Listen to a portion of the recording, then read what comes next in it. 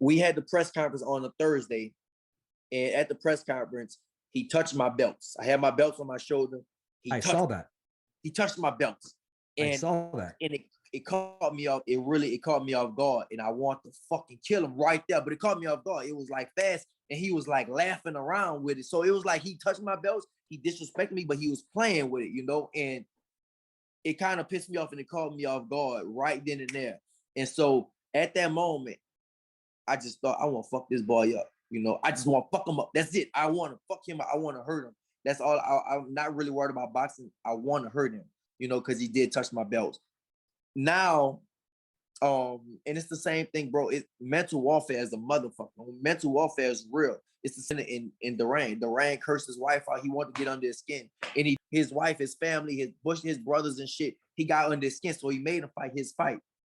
Josh Taylor did the same thing with me. You know, he made me fight his fight. I still think I won that fucking fight. But if I would just been smart and outboxed him, I think I would have knocked him out or really damaged him bad. Like the corner was gonna stop. I looked at the fight, and between rounds, you can see defeat in his eyes. You know, he was hanging on. He was just hanging on. Between rounds, you can see me growing confidence and confidence. And I'm not gonna lie, I'll be totally honest with you. One round, I had a lot of defeated. I think it was after he had a big round. One of the rounds, it was a big round. He just fucked me up. One round, he hit me with a lot of shots. He fucked me up. And after that, my confidence just grew real fucking big. My nuts just dropped, and my confidence got higher and stuff like that. And that's when in the corner, every time I go to the corner, I got more. My heart grew bigger and bigger, and his heart was getting smaller and smaller and smaller. But he still was there, you know. So yeah, bro, that's how that happened. Man, there it is from the man himself. Listen, there's, as you know, I had Maurice Mo Hooker on the show last week. And, I spoke to him at the fight. He was at the fight. I met, I was talking to him and his manager, very nice people, class act, very soft-spoken. When I brought your name up about the fight on how it fell through, I first talked about the weight, how the weight wasn't met accordingly. But yet he still had something to say. He had something to say, about you, which you caught that. I mean, it wasn't anything negative according to him. I mean, he laid it out the way it needed to be laid out. That there was some things that was text or on Twitter. Your reaction after you guys were just, according to him, just sitting side by side. Besides that, what's your whole take on Maurice Hooker? I mean, is that still a possibility? Is it some unfinished business? Bro. I think the fans really want to know. Honestly, listen, Maurice Hooker needs me. I don't need him. Now, Maurice Hooker been knocked out twice already. He quit. He fucking Jose laid his ass out. He knocked him the fuck out in front of all his hometown people, in front of Dallas. All his people, he knocked his ass out. And then in Dallas again, he got knocked out by fucking Virgil, So for me, bro, Maurice Hooker is fall goods. Throw him away. He's done. I definitely think he's done. He's been knocked out twice. I definitely would fight him again. Yeah, I say again. We fought in the amateurs, if you didn't know that. So we did fight. We fought before in the amateurs, but so I will fight him. But at 147, everybody knows my plans, bro. I want to be a champion again at 140. So Maurice Hooker is like, just like leave me the fuck alone, bro. Leave me alone, bro. I'm going to be a champion at 140. You don't see that? I want to fight at 140. I want to be a champion at 140. I'm not even thinking about moving up to 147 right now. I want to be a champion at 140. And it's just like a lot of shit. Like, bro, we text this dude, bro. Like, we text him. We FaceTime him, bro. It's none of that. And I saw all right, the whole thing in Dallas, he talking about I was friendly in Dallas. Listen, they sat me and Maurice Hooker. I don't know if they did it on purpose. And so in Dallas, for Mikey Garcia's fight against Jesse Vargas, they sat me and him right next to each other, right? And I kept it cordial. He was with his girlfriend or his wife, right? So I'm a man at the end of the day. I'm not gonna fuck with you in front of your girl. Now he's saying all that. I could have fucked with you in front of your girl and started a whole commotion. I could have did that. So then look, we got in the ring, and we got in the ring for do a face-off or something like that. And Dave Diamante, the ring announcer, he said, I think it's real animosity between y'all two. And I didn't say shit. And Maurice Hooker was like, nah, man, it's just business, man. It's just business. So he the one with all the friendly shit, bro. I'm like, I try to be respectful in front of your girl or whatever, and lie. and now you like talking all that shit, bro. I just think for me, he said he don't do all the internet shit. Come on, bro, you see all that shit. Like you lying. Like for me, he just a lame. You know what I'm saying? For me, he just a lame nigga that just want attention. That's all. He just want attention. Like he want me to talk about, he want attention and shit like that. And it's like, bro, I'm not even worried about you. Like you spoil your goods, bro. Go to the back of the refrigerator or throw you away. You know what I'm saying? For me. And it's fucked up, but throw him away, bro. He spoiled goods. I don't even want nothing to do with you, but I want to fight at 140. We're not coming to 147. If you still if you whatever, then you know what I'm saying, then we can fight or whatever. If it's a good payday and if it's worth my time, then I'll do that. But right now, bro, like it just don't make like I'm fighting at 40. Like, why you even calling me out? You know I'm fighting at 40. I'm not going to 147. What are you talking about? Like, you know what I'm saying? It's just like, it's just all, I think it's all bullshit. He wants some attention. Point of the fucking fact is he got knocked out twice. You got knocked out twice by two stablemates. And both the times you got knocked out, it was in fucking Dallas, in your hometown. So tell him leave me the fuck alone, because it's gonna be the third knockout in Dallas if he keep fucking with me. Wow, Regis. I mean, you're all business tonight. Yeah, bro. I mean, because it's just like with him, it's just like he's the only one that just, you know, like keep fucking, you know, just keep talking shit. It's just, for what, bro? Like, you know I'm gonna fight at 140. Why you even talking? You know, it's just like it's like clout chasing right now. Like, why you even clout chasing? I don't even want, you spoil good. You know what I'm saying? And then, and another thing, maybe he's talking about this. So we had the press conference. It was in Dallas. And at the press conference, bro, I'm not even gonna lie, I was tired as fuck. I had stayed up so I was living in LA at the time, and I had all my friends over at my house from New Orleans. They all flew in from New Orleans, and we stayed up all night. And I didn't want to go to press conference. I just did not want to go to that. I did not want to go to Dallas to that press conference because all my fucking people was from New Orleans. They came to my house in LA, and we had a big ass party, and they was partying for the whole weekend. And I had to go to fucking Dallas to go to this fight. And we ended up not fighting anyway. I had to go to Dallas just to do this dumbass press conference that the fight ended up not happening anyway. And it was just like, bro, I did not want to be there. And I was tired as fuck. I just got off the plane, and like I'm doing the press conference with him. And people could tell from my demeanor, like they was asking me questions. I just was kind of half-assing it because I just didn't want. For me, I didn't want to be there at all because all my people from New Orleans was in my house in LA, and I just didn't want to be there. So I was like, man, yeah, whatever. And all his partners was there talking, and I end up talking to one of his partners and shit like that. Like getting into it with his friends and all that type of shit. But yeah, bro, with him, bro, he spoiled goods, bro. End of the day, he spoiled goods. He got knocked out twice. I know you gonna post a clip. When you post the shit, just tell him Maurice Hooker is spoiled goods. He got knocked out twice by two stablemates, and stop fucking clout chasing, bro. I don't want nothing to do with you. When we fight, I'm gonna be a champion again at 140. If you ever decide to come back down to 140, we can fight for some belts. But if you stand at 147, listen, leave my fucking name out your mouth. I don't want nothing to do with you. You spoil goods. Like that. Enough said. So let me ask you, Regis, who do you want to fight next? Well, what's next for Regis? Because I have questions coming in, but it's all the same question.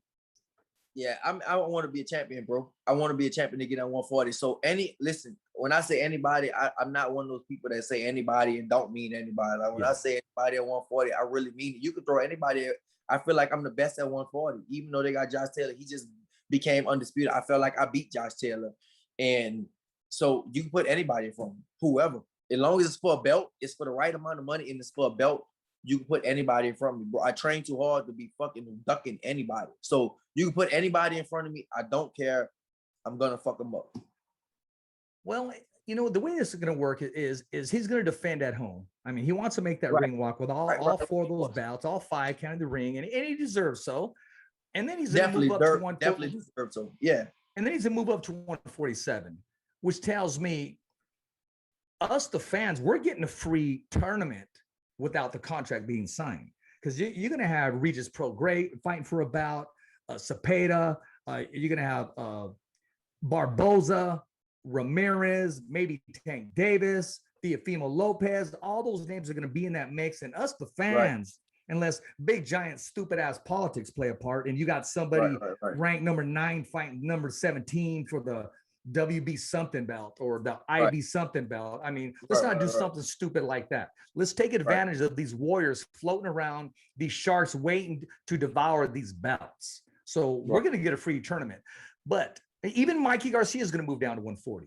But I will say this, since I brought up Mikey Garcia, I know he doesn't like to do a catch weight, but I'm just kind of feeling if the name Regis Prograis is mixed in that catch weight category, maybe at 144. I don't want 144.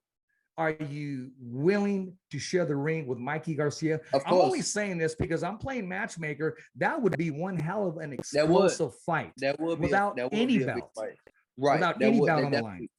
Of course, that definitely will be a big fight. That definitely, I think so. I think me and Mikey, you know, eventually one day me and him probably will fight, you know. So yeah, maybe a catch weight, whatever. But like I said, bro, my plan is to be a champion at 140. It's just something I just want to do before I go up to 147. But you know, if they offer me a catch weight with Mikey at 143 or 144, I don't want to go too high because I want to try to stay around 140 and stuff like that. So if they offer me some type of catch weight, then yeah, bro, I'm up for it. I'm cool. Mikey is, I think that'll be a hell of a fight. The fans will want to see that. But you know what? Like, let's do it for me and Mikey. Let's do it for the belts. You know, I think that me and Mikey deserve to do it for the belts. We got names to you know, we can do it for the belts, not just the money, but let's do it for the belts. You know, I know both of us can make a shitload of money fighting each other, of course, but how about I think let's do it at 140. If he can make 140, which he probably can, and I can make 140, then I think that we should do it for the belts and it could be that much bigger. You guys are both free agents. This fight can be, it's just a matter of sitting. You guys can actually sit down together and make this happen. Right. Probably so. Yeah. We're going to have to do something. One of these days, I'm going to see if Mikey's up for it. I've never done this before. Maybe one of these days, I'll get both you guys on the show at the same time. And we can agree and make this happen. It don't happen like that, bro. It sound easy. I'm not gonna lie. It do sound easy like that, but it don't happen like that. It sound easy. Yeah, we gonna agree, of course. Mikey, we can talk right now. You know, we all cool with the same people. I can call Mikey right now. Let's fight. You know, it don't happen like that. At the end of the day, you know, it just don't happen like that. Hey, well, I'm just letting you know that I'm more than willing to accommodate both of you. Yeah, I wish it can. I wish we can happen like that. I wish we can call each other on the phone. Hey, let's fucking fight. And it don't happen like this. It's a lot more behind the scenes that's involved than you would think it is. A lot of shit that's going on behind the scenes. But I wish it could happen like that. Will that be your toughest fight today? I don't know. You don't know until you fight him. You know, Mikey is a fucking, probably so. You know, Mikey is a fucking good ass fighter, bro. He's tough as shit. So, you know, maybe so. It potentially could be. I don't know. I don't know until I get in the ring with him. That's fair enough. Speaking of getting in the ring, I'm going to talk about this. Can't help but not talk about this. I mean, this Sunday, you know, there's an event taking place. Floyd Money Mayweather. He's sharing the ring with Logan Paul. What's your take on the whole event, and how do you see it materializing?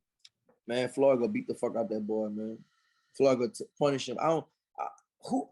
The thing is, Floyd is first off, Floyd is a legal bank robber, bro. He's making $100 million fighting a fucking YouTuber that lost to another YouTuber. Logan Paul already lost to KSI. One of the greatest fighters of all time is fighting him. I don't care how he could be 300 pounds, bro. He's still gonna lose, bro. They talk about the size. And look, I had the crazy thing today. I had you know, when I was getting my hair done, the girl said, she kept saying, yeah, but it's no buts, bro. How the fuck is he gonna beat Floyd? There's no buts about this, but they kept saying, but this, but that, but this. Like, it's no buts, bro. He's not gonna touch Floyd. You talk about Cotto and Canelo and Pacquiao and Shane Mosley and Diego Carras and Ricky Hatton. If they couldn't beat Floyd, how the fuck is Logan Paul gonna beat him? Like, it's not making sense, you know. But people, it's good. I guess it's a good thing because nobody will watch. If people didn't think Logan Paul can beat him, nobody's gonna watch. Nobody will watch. Logan Paul know he can't beat no Floyd. How he could beat Floyd Mayweather, bro? Come on, bro. It's no blueprint to beat him. How the fuck can you beat him? There's no blueprint. I don't care how big you are. That size ain't people think muscles win fights. Muscles don't win fights, bro. It don't at all. It just doesn't. So yeah, that's insane. But hey, more power to Floyd, bro. Hopefully I can get to a point one day in my career to where I can do the same shit I could beat up some fucking YouTubers and make $100 million, you know, every 3-4 years or something like that. Man, that'll be awesome. Are you willing to share the ring with any one of the Logan brothers or any YouTuber out there? Of course, I'll fight any one of them. Yeah, Logan or Jake or whatever. Yeah, I'll fight. They're not real fighters, bro. Now listen, Jake Paul is good for 3 fights. Don't get me wrong. Jake Paul, they got some motherfuckers that's worse for sure. So Jake Paul is actually okay to have 3 fights. Jake Paul is actually okay. He's not terrible.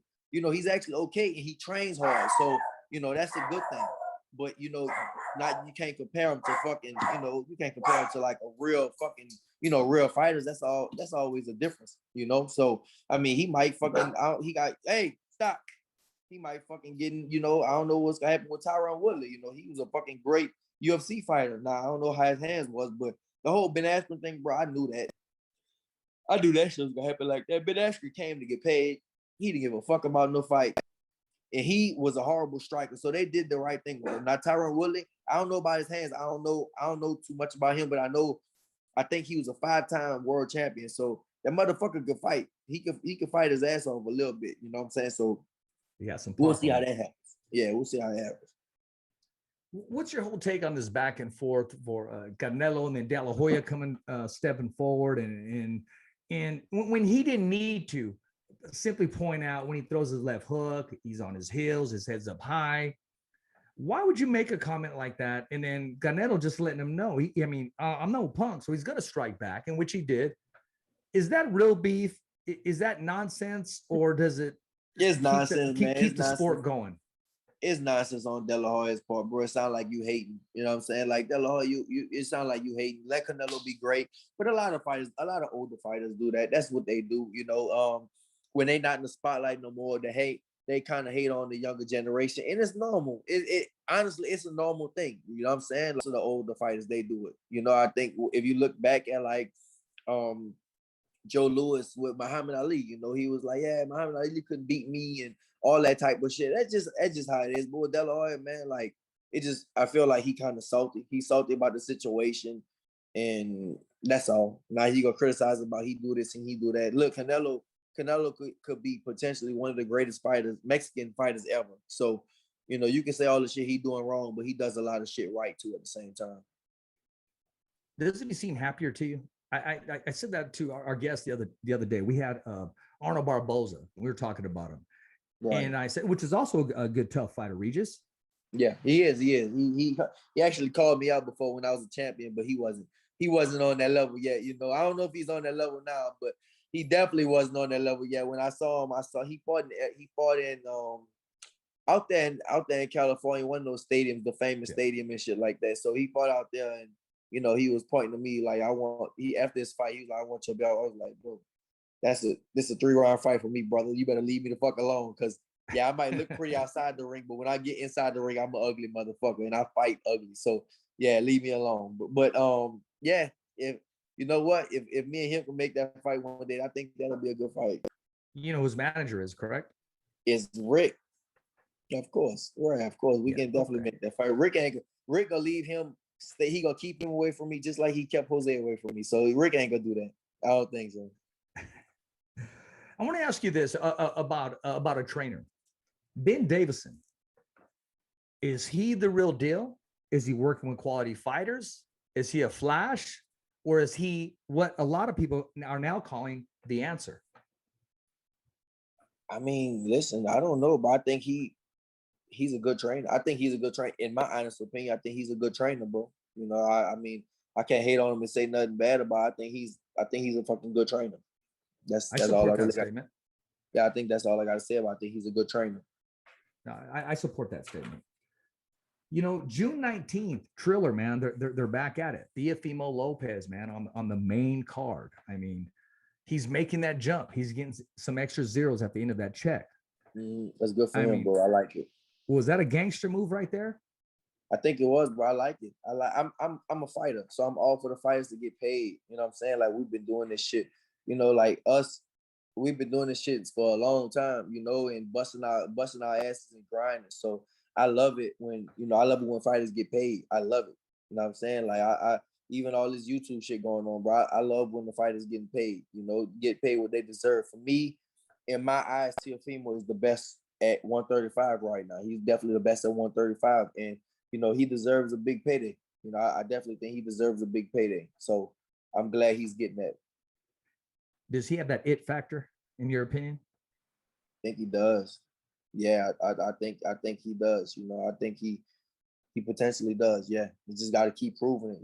Like that's the thing. You can have the it factor without, you just got to keep proving it, bro. But I think Teofimo, yeah, I definitely think he got the it factor. When he moves up, no one's going to be able to control the rankings or say, okay, Regis, you're going to fight this fighter next and for this belt. I mean, he could possibly share the ring with you. That's fine. Yeah, okay. That's fine. I mean, listen, bro. When I say I fight anybody, I'm not playing, bro. I fight anybody. Like, I'm not gonna duck nobody and none of that shit. That's fine. Like we can, we can make that fight happen. Actually, it's funny. Like me and him actually kind of cool, So I was with him the whole time after that whole night after I fought. I was with him. I got pictures and stuff like that with him. Me, my daddy, his daddy, my son and his mama and stuff like that. We all taking pictures. We was kind of together talking the whole time. So, if it happens, it happens.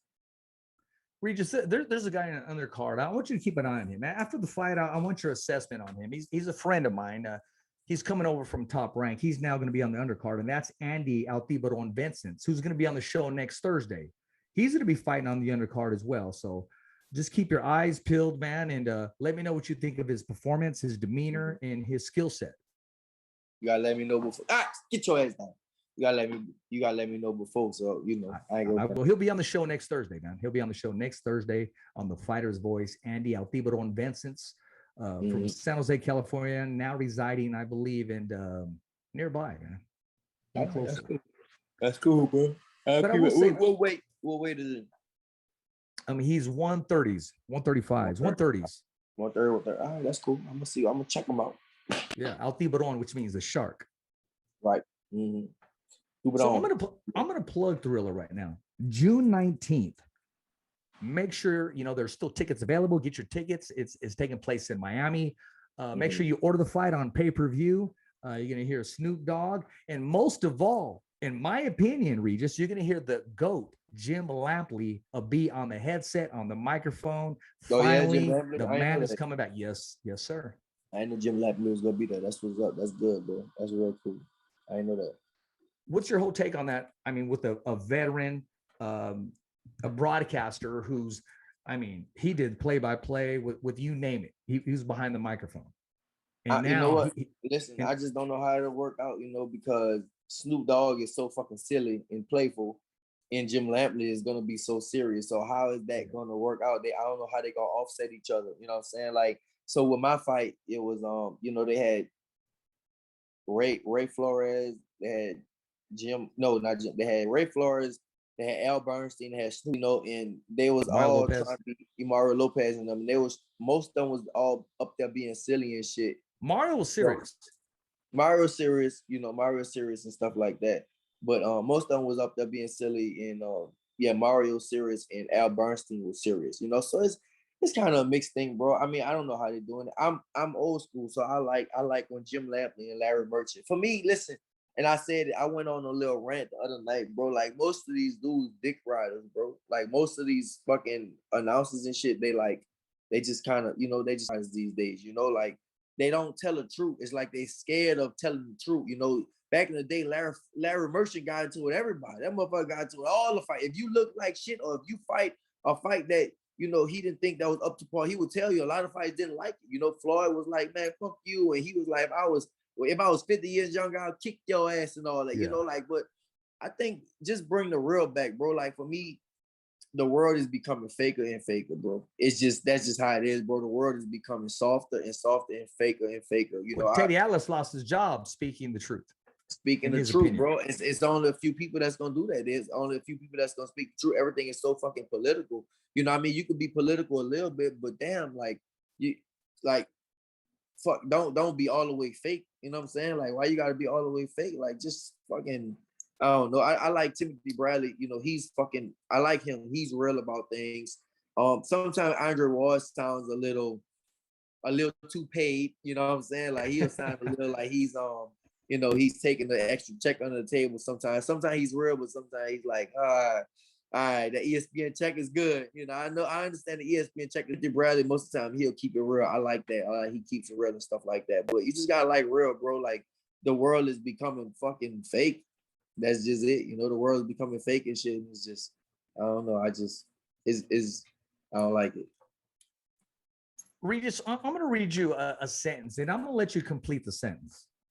Mm-hmm. If I was not a boxer, I would be just enjoying life, brother. I don't know what I'll be enjoying life. So before I started making real money in boxing, I was a personal trainer. I was a personal trainer at LA boxing gym another 2 years. So, if I wasn't, I just would be enjoying life, bro. I just believe I believe in living life. I believe in enjoying life, bro. That's just what I believe in. As far as job, I don't know. Just something that I can enjoy my life. That's all. The only thing I'm afraid of is, I don't know, bro. Not living up to my full potential. Yeah, not living up to my full potential, bro. I got a lot. I wake up and I thank God every day that I'm healthy, that I'm in this position I'm in, and that I'm just healthy. Because if I'm healthy, I can do anything. I really believe that, like, about myself. I never believed that coming up in New Orleans. I never believed I could really do anything. But now I really believe, bro, I really fucking could do anything. It ain't nothing I can't fucking do. So I really believe I can do anything. So for me, I'm just afraid of not living out my full potential. You know what I'm saying? Just letting my gifts go to waste. A lot of people do that. They're God gifted. God gifts them with something, and they let that shit go to waste. I'm not doing that. After a fight, all I want to do is have sex.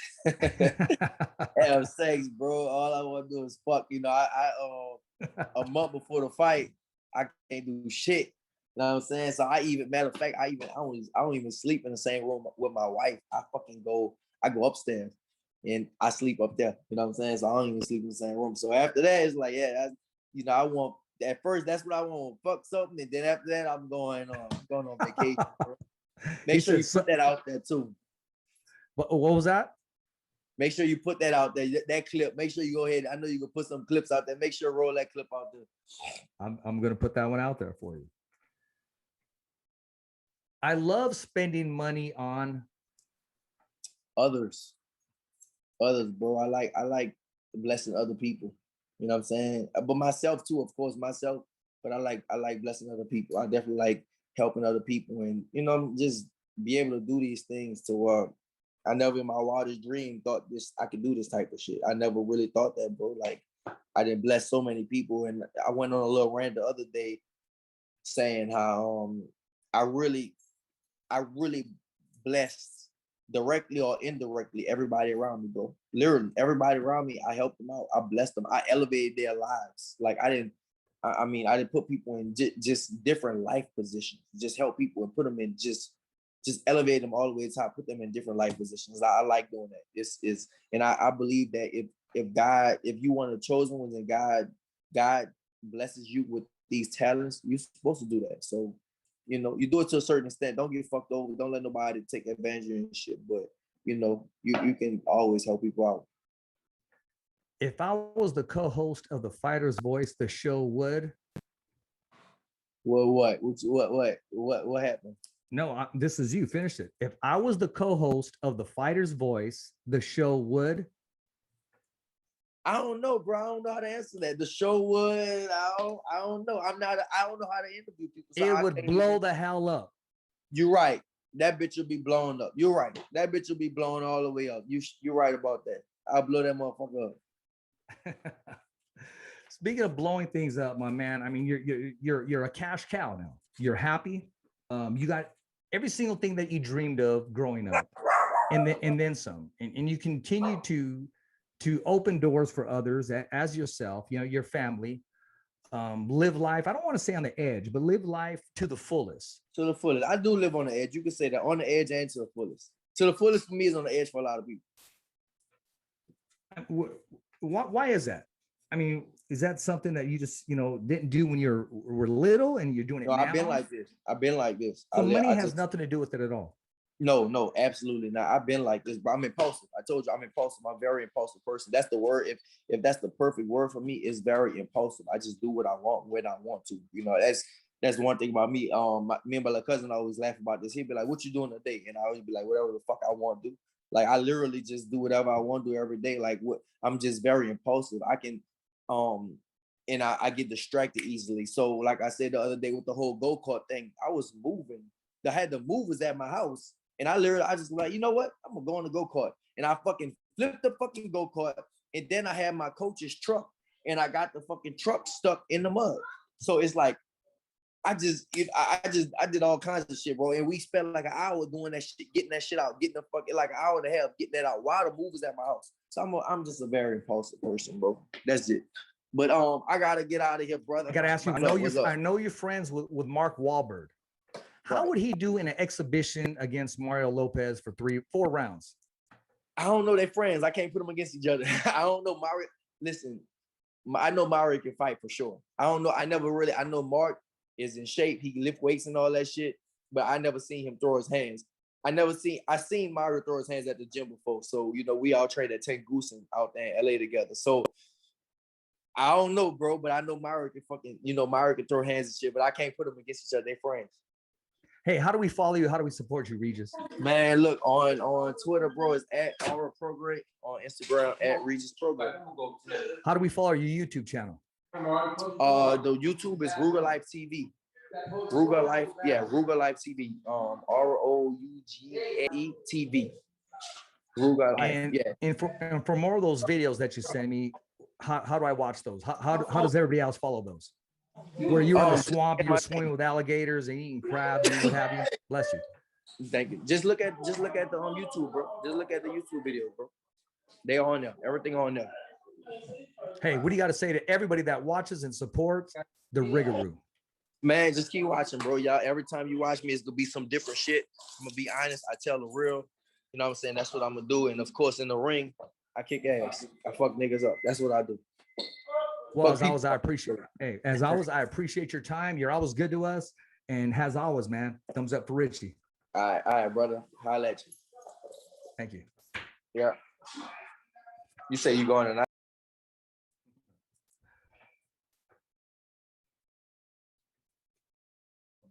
Cool.